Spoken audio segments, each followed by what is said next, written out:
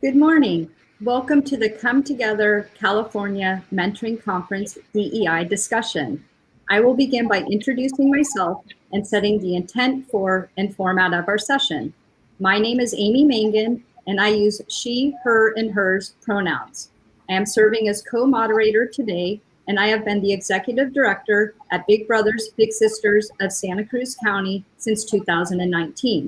I've been in the social services field for over 2 decades, including being part of the Big Brothers Big Sisters organization for over a decade. In addition to working for Big Brothers Big Sisters, I have been matched to the same little sister for almost 10 years now. And yes, she is bigger than I am. Our intent for this session is to educate and engage conversation on the value of DEI work, to share Big Brother Big Sister of America's commitment to the Jedi way, to explore how mentoring organizations can examine their own practices to ensure they have dynamic and effective programming on diversity, equity, and inclusion related topics. The format we will use today includes introductions by our other workshop participants, a welcome video by Artis Stevens, the CEO and director of Big Brothers Big Sisters of America. The framework of Big Brother Big Sisters Jedi Values and Beliefs will be provided by Luis Garcia, followed by a Q&A period between the co-moderators and Mr. Garcia, a brief wrap-up, and then a Q&A period from the audience. I will now be handing the session over to our other co-moderator, Lillian Samuels. Thank you, Amy, and good morning, everyone. As Amy said, my name is Lillian Samuel, and I am the CEO of Big Brothers Big Sisters Bay Area in Northern California. I'm so delighted to be a part of this dialogue. I identify as Black, African American, BIPOC. My pronouns are she and her. Just to kick us off, we will be hearing a video from our national CEO, Artis Stevens. So bear with me as I share his message.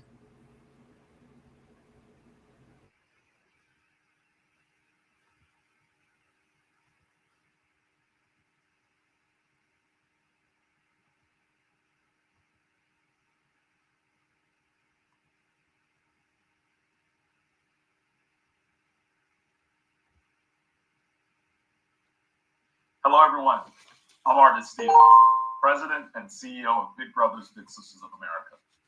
I'm so sorry I can't be with you live today, as I had a conflict in schedule, but please know I am absolutely there with you in spirit and the incredible work you are doing to lead with and for young people across California. I want to recognize and thank everyone with Mentor California for this conference, as well as David Shapiro. Appreciate your leadership.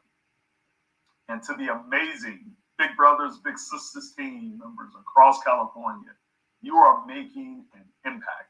In my 9 months on board, I have been so impressed by meeting Big Brothers Big Sisters leaders, frontline staff, volunteers, young people across California, and you get it.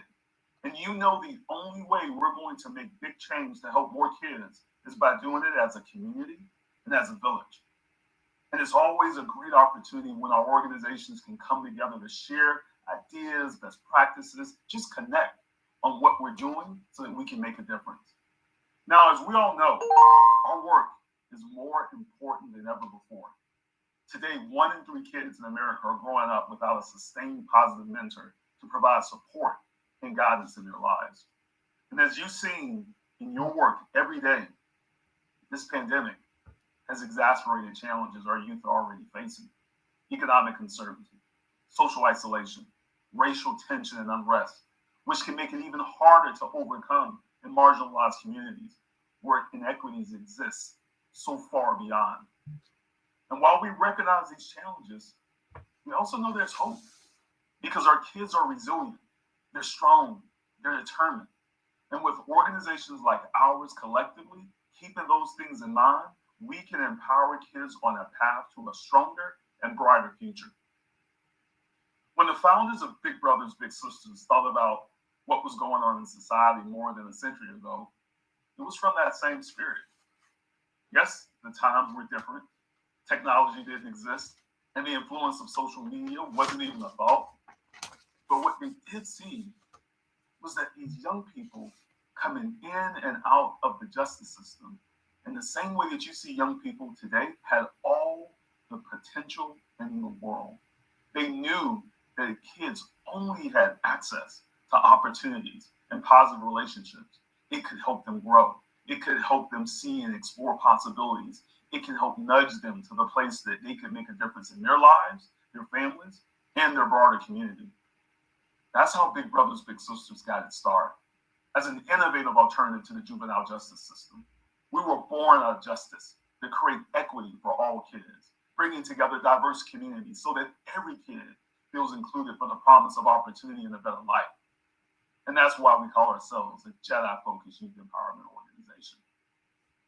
Because justice, equity, diversity, and inclusion are part of our guiding principles and our vision that all youth reach their potential. For those of us in the mentoring space, we know Jedi isn't a buzzword. It's not simply about what's happening today. It's part of our DNA. Because if we don't address those inequities, we're doing a disservice to our kids and ultimately to our communities and to our country.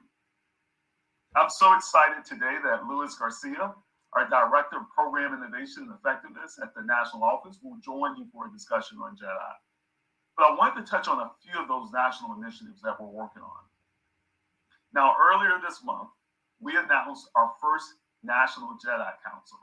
This group is made up of key selected experts and leaders and allies of diverse communities, including BIPOC, LGBTQ, higher education, including historical Black colleges and universities, Black Greek letter organizations, and representatives from government, healthcare, business, and mental health institutions. Just think about the power that comes from the knowledge and experience that will be available for us, that will inform our work. The formation of this cohort is part of our responsibility to create a non-discriminatory and anti-racist approach to dismantle any inequities, whether it's our policies, systems, programs, and services. And again, the goal is to ensure all young people can experience a strong mentoring relationship in their lives. What's also important about this group is that it will have youth representation, as well as a connecting point to a new group that will be forming here in the immediate future. And that's our Youth Advisory Council. We can't be an organization focused on youth if we don't hear from them, their needs, their ideas, their innovative way of thinking. It will help change the trajectory of our organization so that we can attract more great volunteers, committed staff, proactive board members. All of this will lead us to a way of becoming a stronger, more relevant, and ultimately impacting the lives in partnership with so many others. Now, I'm also excited about those that we're bringing into the village. And one of those relationships is reigniting our partnership with Alpha Phi Alpha, the nation's first Black fraternity, which I'm a member of, and just the incredible momentum that I'm already seeing that this relationship is helping to yield. We're seeing pilots that are popping up all across the country of young men, boys of color, Black boys, and Black men building these stronger relationships and connections through Big Brothers, Big Sisters. And we are so excited and honored that we are part of a platform that allows for these relationships and to be able to attract these mentors in ways that they want to engage, in the ways that they can support and how they can bring their talent and expertise to the table. It represents the first in a series of partnership announcements with organizations who share in our values, the importance of diverse mentors, representation, and the widening of the circle for more young people, families, and volunteers to join this mission. And I couldn't be more proud of this organization's commitment to our new Jedi trainings and resources across our network, targeting at every level of leadership and holding ourselves accountable to what it will take to continue to enhance and evolve our programs, practices, and policies to serve young people who need us most. Our Jedi journey is exactly that, a journey. There are no quick fixes, and the work may even be challenging at times. But none of us joined this work because we thought it was going to be easy. We joined this work because we know it's right. Have a great conference, learn and enjoy time with each other, and always remember, we are bigger together. Thanks, everyone. See you soon.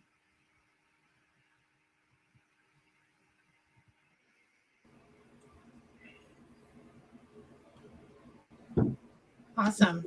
Wasn't that inspiring? It inspired me, and it really epitomizes why I'm so passionate about this work, this journey to really build a more equitable community, starting with the youth in our community. I mean, mentorship is empowering, and we know that keeping our Jedi focus, as Lewis will talk to us about shortly, is really critical in that space. So with that, I would like to introduce Luis Garcia, who will tell a little bit about himself, and then I would love to kick off our first question, Lewis, after you introduce yourself. We just heard from artists, talk about Big Brothers Big Sisters of America's Jedi work, and we'd love for you to tell us a little bit more about how justice came to be a part of that DEI framework. Thank you, Lillian, and to the audience. I am delighted and humbled to participate with this California Summit on Mentoring, and just so appreciative to be able to be part of the conversation. My name is Luis Garcia, and I serve as the Director of Program Innovation and Effectiveness at Big Brothers Big Sisters of America. I'm in my 17th year with Big Brothers Big Sisters, and prior to the national office, I worked in 3 different markets, CEO in Seattle, CEO in Tallahassee, Florida, and before that, program director in Albuquerque, New Mexico. This is really exciting for me because DEI and Jedi work has been part of my personal journey and professional journey for many decades. And the Big Brothers Big Sisters journey is more than just individuals. It's also has its own journey, and it's ever learning, it's growing and evolving all the time. What's a journey without sharing a little bit of history of where we got to where we're at today, which gives some context for where we'd like to go and what we're building for the future.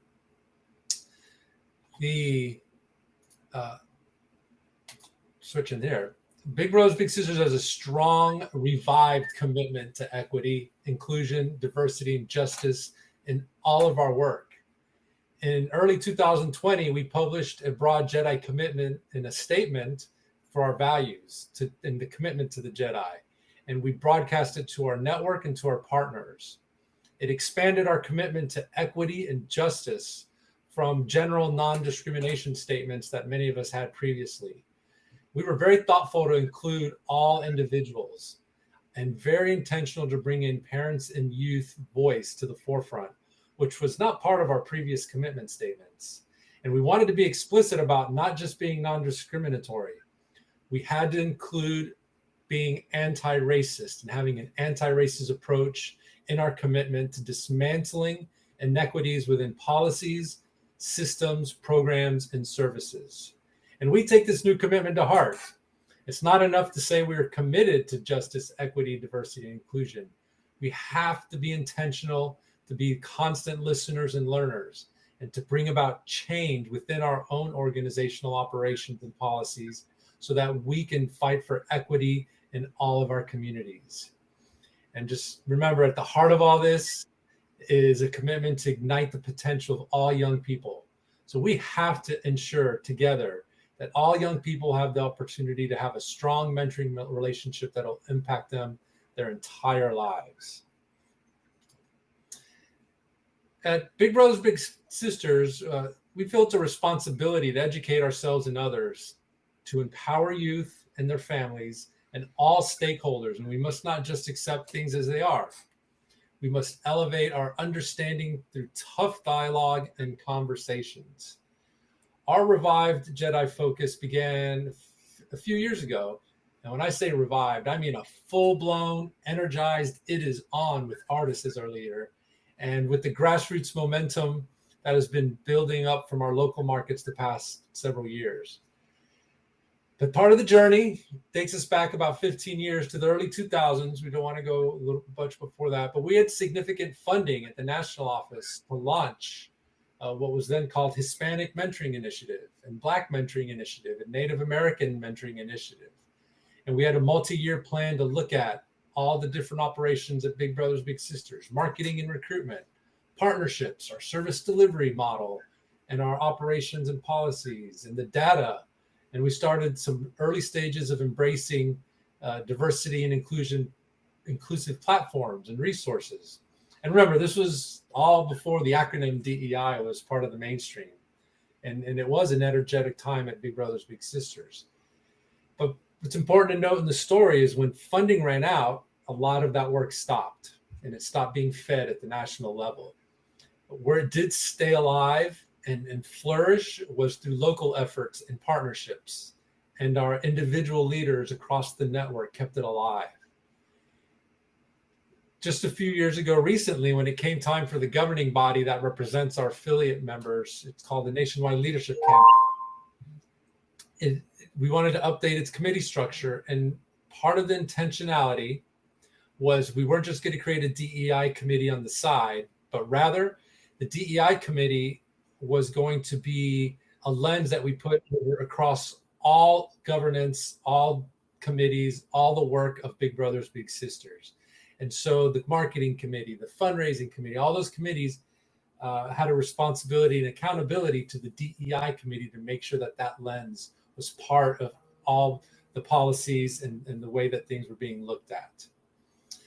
And at the same time, just within a couple of years, our national office created a new position called Vice President of Jedi and HR. And that speaks to the commitment of resources and energy and intentionality of our work towards the DEI, or to what we call Jedi space. And that is now part of our DNA. A question we hear regularly when we use this Jedi terminology, which stands out from the DEI, is why did we add justice into this? And again, that's part of our intentionality. We wanted to emphasize that we can't achieve equity without contributing to justice movements as a way to enhance our impact in the community. We must participate in dismantling systems and structures that create inequality, not just react on the sidelines. As you heard artists mention, it's how we got started in the first place. It was an innovation in equity. But we feel it's no longer acceptable to just be reactionary to what we see and what we see happening. We have to step up and be part of the hard work to empower our youth and families as part of our equity work, and move away from helping and serving, quote unquote, poor and at-risk communities. We need to empower. And other pieces, this audience, I'm sure, is fully involved in inclusion and equity and diversity and what that means in your organizations. But I want to note too, we took a look at the word inclusion, and a part of what it leaves out is identity, and hearing voice from our youth and our families of how they identify and how we can be part of dismantling the systems that put up barriers to their success. And now we have a path to follow as a unified network and as a Jedi-focused youth empowerment organization. And this is what we believe in and stand for. And we're really proud to be part of the mentoring community. Awesome. Thank you, Louis, for that. I have another question. Do you think that this Jedi focus has provided opportunities for Big Brothers Big Sisters to work with external partners differently? You know, not just internally, but externally? Yes. Absolutely. It's been a spark for engaging with existing and new large-scale partners. One recent achievement is that we revived our national partnership with historically Black fraternities and sororities, such as Alpha Phi Alpha, and you heard artists talk about that. It was a thriving partnership in the early 2000s, but it's honestly been a bit dormant since the 2010s, when we used to have a mentoring brothers movement. And it's opened up doors for developing new conversations with other Black and Hispanic fraternities and sororities. Another example is the LGBTQ deep dive that Big Brothers Big Sisters journey's been with since 2016. We've been making great strides. It started with looking deep into our policies and procedures and staffing and the whole model, and even our marketing.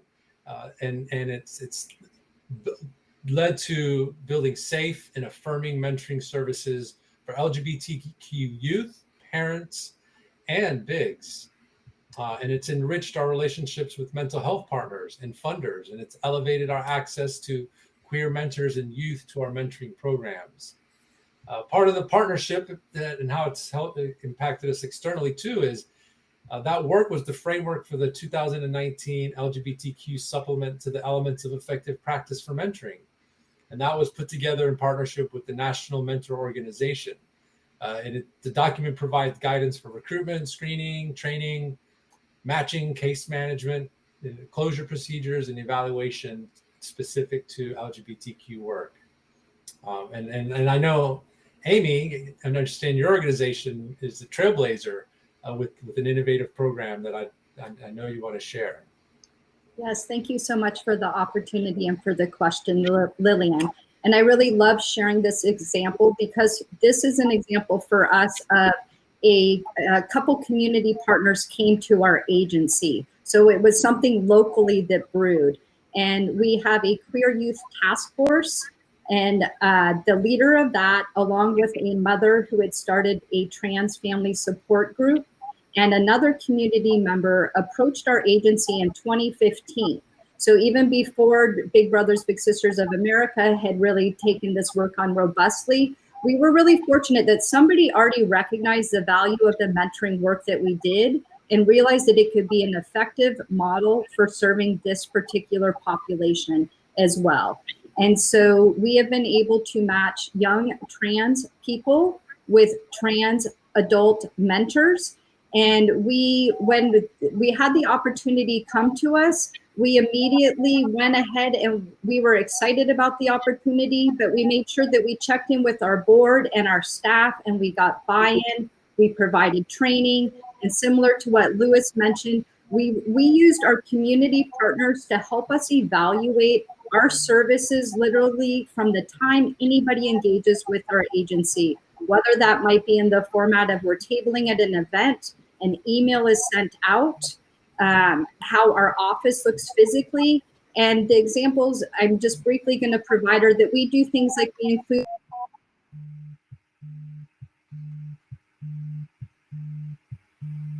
we also include the ability for people, we changed the forms that people fill out so that they are much than before. We don't limit gender to 2 options only.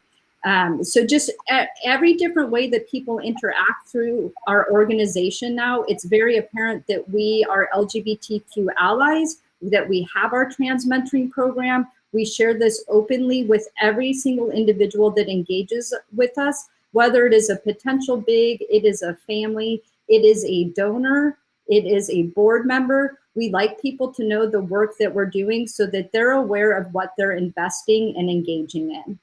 So thank you for the opportunity to share. Thank you, Amy, for all of that, and Louis as well.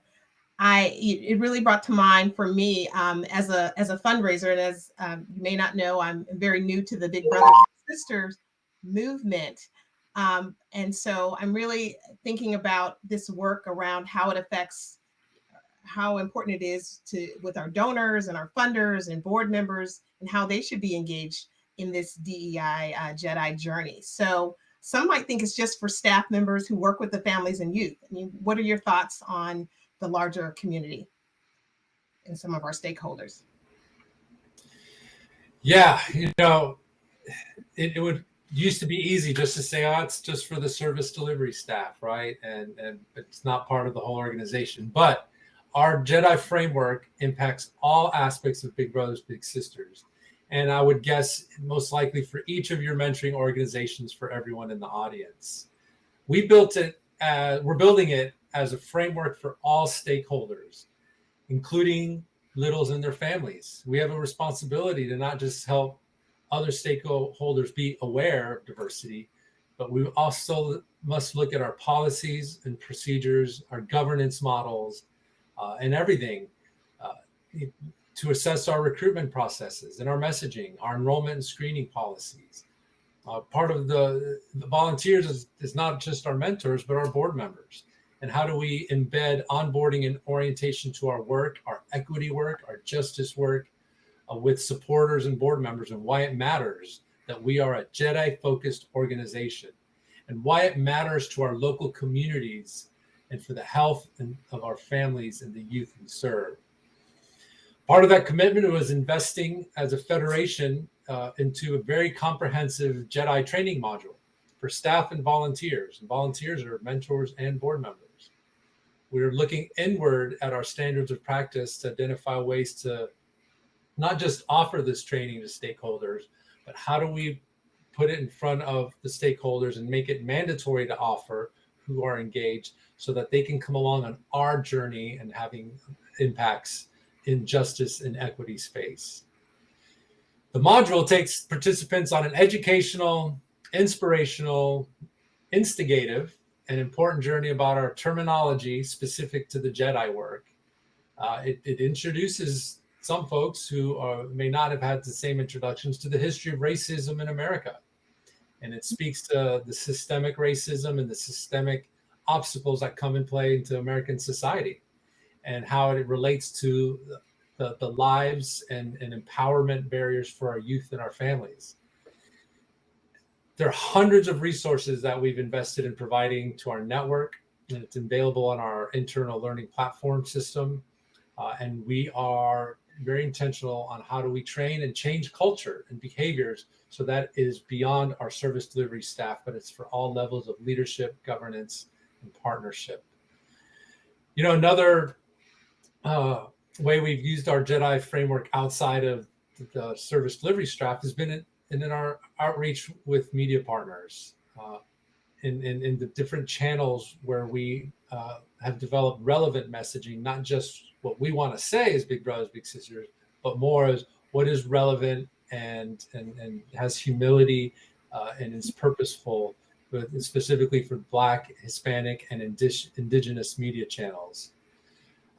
We've had some success recently in amplifying those stories and in these new partnerships and creating a healthy dialogue with these partners. And we've even had to make some tough decisions in being authentic and being transparent with our Jedi work with some of these partners. And in some of those reevaluations, we've maybe not have accepted, we haven't accepted some invitations in dollars with organizations that do not currently align with our Jedi values in our framework. And we've asked some of our large national funders to invest in critical pieces of our Jedi evolution, not just to serve more matches, but really to help us build that infrastructure and look inward and do the assessment. The LGBTQ work over the past few years is an example. It was funded by a longtime partner that believed in what we were asking for and believed in that shift of funding program growth to building the infrastructure and scaffolding for us to do this LGBTQ work. And we've challenged our board to become more diverse. And with Artis' leadership in 2021, there's been a significant and recent influx of new board members that have come to the table very intentionally with diverse backgrounds and diverse voices and perspectives that they bring to the table. And I think it's something for the audience. It would be really important for each of you to investigate what resources exist locally as well in each agency, beyond the typical organizations that typically fund youth work. We found that if you look for foundations and corporations that are investing in long-term equity and social justice change, and you can work on and practice and develop different iterations of the case for support language that promotes your org's equity-centric framework and vision. We found that some success in this has happened in the workforce development space, that it's not typical for them to fund youth development, but they certainly are funding workplace skills and even success in higher education. You know what we learned? Some lessons here is we have to shift some language, and we have to shift language from this deficit at-risk scenarios, which is more reactionary to what the systems have done and the barriers they've placed, and more towards empowering families and youth for the future, and how inclusion of their voice, inclusion of their participation are assets in business and educational environments and in the community and in grassroots levels.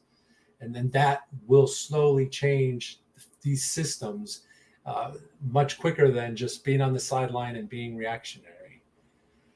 At some point, we just have to stop the reacting to what's around us. And empowerment is what we believe is a way to a better future. Love that. Thank you, Louis, for that. I mean, really what I was hearing is, it's really about being proactive and stop, being so reactionary. I know in our agency, we're just starting on this journey. And I like what you said about it being an evolution. We're looking at, how we're not only the language we're using, but little things that are not so little, our email signatures and how, all the forward facing things that we do, our fundraising approaches. So that we're making sure that we're using this inclusive language. And like you said, looking at, our staff and our board and our volunteers and really being intentional about trying to, diversify in authentic ways. We're also thinking about our goal setting right now as we're setting our goals for our next fiscal year. You have your metrics, et cetera, but we want everyone to have a DEI, a Jedi goal as well. So we feel like that's something that will make it be a part of the fabric of our entire, organization, having those guiding principles. So, and Amy, I want to give you an opportunity to ask some questions as well, but so I'll turn it over to you. I don't want to take all the time. Fantastic. How could a local organization start a DEI task force or start implementing some of these things we're talking about today at that local level?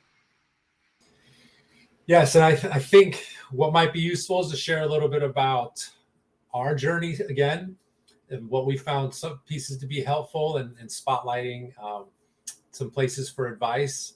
And one to start with is important to talk about how we as Big Brothers, Big Sisters, and I think each of you for your organizations, to speak publicly about your Jedi journeys, your DEI journey. We have to promote the work that we do externally. That's just part of being visible, and we shouldn't be ashamed of saying we have work to do. We're all on our journey ourselves. But first and foremost, what we learned is Jedi is not an initiative. It is at the front end a leadership challenge. It starts with the leadership up top. It starts with the leadership of our youth, of our families, of our governance. I'll give Big Brothers, Big Sisters of America. We had, of course, our own journey developing our Jedi commitment and value statements. And through our internal DEI Champions Committee, the national office, we had a charge to develop a charter and some definitions and some language. And a memorable part of that journey was discussing, because we felt strongly that we had to include anti-racist statement in our values. And that is, when you think of all the rubrics of the different emotions and feelings processes go through in people, we lived through some of those. We had initially had the fear zone and how might people react to us having an anti-racist voice. I think different markets would react differently. The West Coast, I'm 100% confident there's different dialogue than what's happening in the South. I've worked in the Pacific Northwest and I've worked and lived in the South, and I know the conversations are very different. So there is fear in some language, because language is intentional. We went through the learning zone. So what does this mean? How can we be committed and accountable to being anti-racist? And then when we defined that for ourselves, it was in the growth zone. We are committed to this. And we make that commitment. Our leadership is committed to that. Our board's committed to that. And so then how do we then hold ourselves accountable and to be a Jedi-focused, anti-racist empowerment organization? So it's a leadership commitment. It's also a leadership financial commitment. This doesn't happen without dollars. And yet dollars have to be earmarked to invest in this kind of work. One of the investments we made as Big Brothers Big Sisters Network is we invited Dr. Tori Wieston-Certain, who is part of the summit. She was a consultant and she prepared a series of webinars for our entire network in 2019. And the relationship has grown from there. Beyond the dialogue starters, the key piece of that is how do we develop shared language and put some color and context to the vision and the shared vision. And more recently, we've worked with her in establishing a relationships responders team to assist our network and agencies when responding to incidents that affect youth and families and staff when an event happens locally. Look, we had to be honest with ourselves about where the capacity was, what was our understanding, where we lacked in some understanding and alignment with DEI movements, and we had to build targeted plans to address these gap areas. But it did lead us to think about old systems, old problems in new ways, and provide more context and meaningful relationships and connections across our network when we came from a place of authenticity, transparency, and from learning and growing. So I say too, to invest in leadership, right? The leadership must invest in the work, and boards must invest in the right leadership.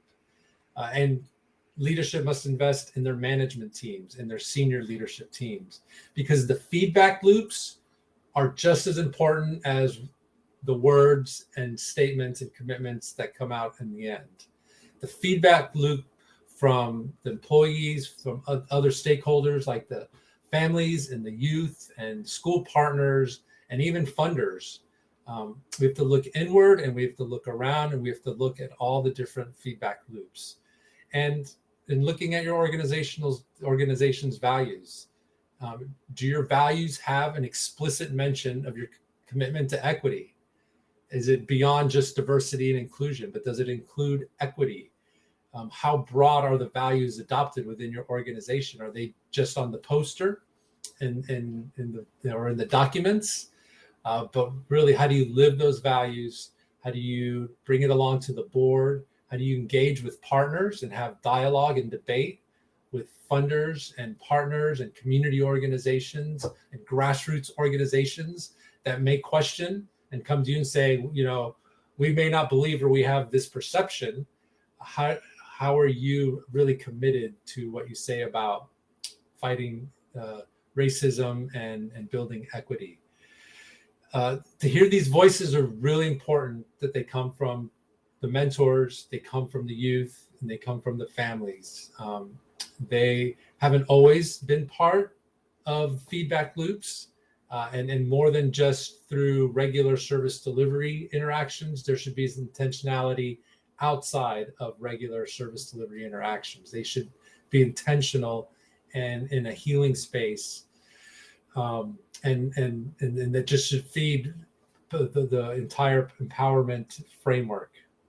That's part of the empowerment, and the intentionality too has to be, how are you assessing yourselves, right? It's not just getting the feedback, it's then also putting some really tough evaluation of your internal organization, and the leadership, and how are those values lived and addressed.